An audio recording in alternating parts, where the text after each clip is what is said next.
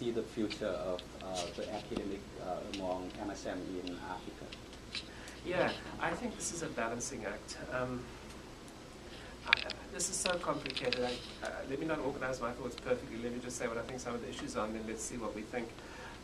I think, first of all, there's no question that wherever we have men having sex with men, you do have a heightened risk for HIV. I do think, though, that a lot of the global MSM activism has overstated the contribution of MSM to Africa's overall epidemic, just as recently the IDU advocates have really overstated the role of injecting drug use in Kenya and Nigeria and Tanzania, almost everywhere outside Mauritius and Zanzibar, I think, where it's genuinely large scale. So I think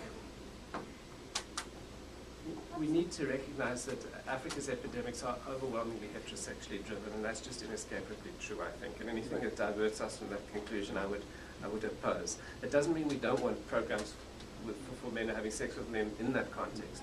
The second interesting point, and we actually have a really active gay and lesbian organization at the bank. We've organized some really good debates and stuff, and we should make sure PSI is plugged into these.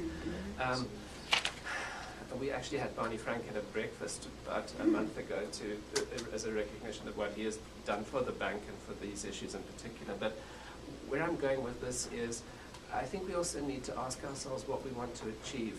You know, doing surveys showing that the rate of HIV is high among MSM in Africa, arguing they're a big contribution to transmission, is that going to help with reducing homophobia, or is it going to increase the potential for scapegoating? You know, we've had colleagues from excellent gay and lesbian organizations in Africa, and they've been asked in debates and public fora, should we be stopping aid to countries that have retrogressive MSM policies like Malawi? And their answer's consistently been no. It makes it much worse for us because everyone blames us. The government can use us as a convenient scapegoat. It's a very polarizing issue. So I think it's just the most complex issue. Right.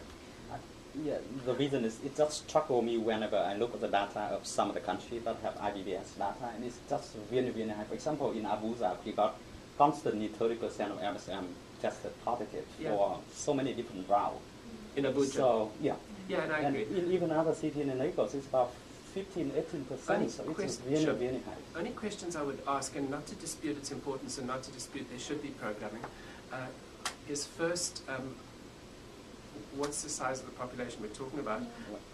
But more importantly, within the population, what are the risk taxonomies? Are we sampling the most visible, the most high-risk gay men? I'm always afraid in any vulnerable group assessment, the first thing we typically do is test the people who are likely to have the highest prevalence. The second thing we typically do is apply the largest possible population estimates, and then we multiply the two. Whereas in reality, the broader your population definition, usually the lower the prevalence.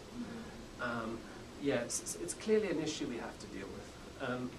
But I still think that I'm always worried when it diverts. You know, we've had very definitive statements in many African countries from UNDP who have a global mandate to focus on this issue on the basis of really weak MOT studies. You know, the UNAIDS MOTs that MSM are 20 to 30% of the problem in this country and of the transmission and should receive 20 to 30% of the resources. How that would even be implemented. What do we think? This is a tough issue. But even for the MOT, I did look at some of the MOT in some of the country, and I don't think the data is really updated, or there are so many assumptions in the MOT model that I don't think it's really reflect what. Yeah. It's dreadful, and yet it's being used to make arguments. I mean, Kenya, 17% of transmission on the coast supposedly injecting drug use. A Lancet paper suggesting 100,000 injecting drug use, Chris Beira in Kenya. And with no visible injecting paraphernalia, you don't have 100,000 injectors without visible. If you've worked in countries like Vietnam, you come across, you know, bundles of needles that pile up meters high, yards high. The second question. Did I deal with it? Yes, that was around who addresses homophobia. Yeah. It's an interesting question for our team. I think when we interact with our colleagues in a number of the African countries that have a very homophobic view. Yes. And yet programmatically are responsible for delivering on MAP's programs that include So, my message has pretty much been, you're taking money to do the job. Yeah. You don't want to do the job, don't do the money. I totally agree. And then I guess the question you've obviously thought about too is the balance between service delivery and advocacy. Because you can do quite a lot in Africa if you don't do it too visibly. That's been the marginal success in Zimbabwe, for example, where, counseling on unprotected anal sex through word of mouth. Now we've got a lot of same-sex couples coming into New Start. Right. Exactly the same approach that they've taken in several countries. Yeah. And Zimbabwe is a relatively difficult case on this issue. So. Very, Zambia's pretty good, by the way. The Zambian, the government has changed, but the previous Zambian president and his cabinet were pretty good on this issue. So I'm not sure with SATA whether that stayed actually, but it's been relatively up. That we were going to partner with CDC on an important study now, which got blocked for a couple of years by, I think, the UZ IRB. So it's been a very mixed experience.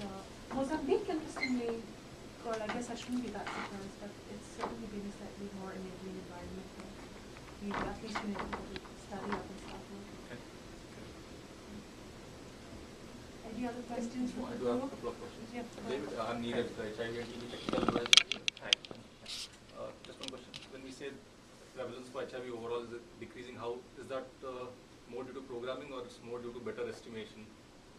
Yeah, great question. It's both, isn't it? I mean, there's no question, as Jim Chin said, that we overestimated HIV for years, and then we were going to ride on the back of better estimates later, and he predicted that. But I also think there's been really significant behavioral change in a lot of countries. We're actually working at the moment with Imperial College, with Jeff Garnett and Tim Hallett in particular, and we're trying to pick the dozen or so African countries where we think there's been the best evidence of HIV decline and try and link it to behavior change and try and link it to programs. And I think there's some cases where the link between HIV decline and behavior change is so strong. I think historically Uganda, I think Kenya, I think Zimbabwe, I think countries like Burkina Faso, for example. So I do think that it's a combination, but I think part of it is real. And then the follow-up question essentially is, once we know that estimates are reducing, prevalence is decreasing, incidence is decreasing, how does that impact the diagnostic and drug market? I mean, is there an incentive for pharmaceutical companies or other private players to actually invest billions of dollars in creating new diagnostic tools or even drugs? You think because HIV may be going away? Sorry? You mean because HIV may be going away? Yeah, I mean, the returns for a private organization might not be there. True. So how do you foresee that playing in the future? It's true. I mean, even more interesting and challenging question is whether the some of the market incentives for investment in HIV drugs and treatment haven't already been reduced by the reduced profit margins in developing countries because of generics, because of compulsory parallel licensing, etc. I think you raise a good point. At least for diagnostics, I guess, when you're looking at technologies like lateral flow immunoassays or whatever, the good thing is you can then take that to a related world and use that technology for something else, which I'm sure they will prefer to do. And there's a fair amount of philanthropic funding for these things, which is trying to address market failures and so on. Well, last question, yes, Linda.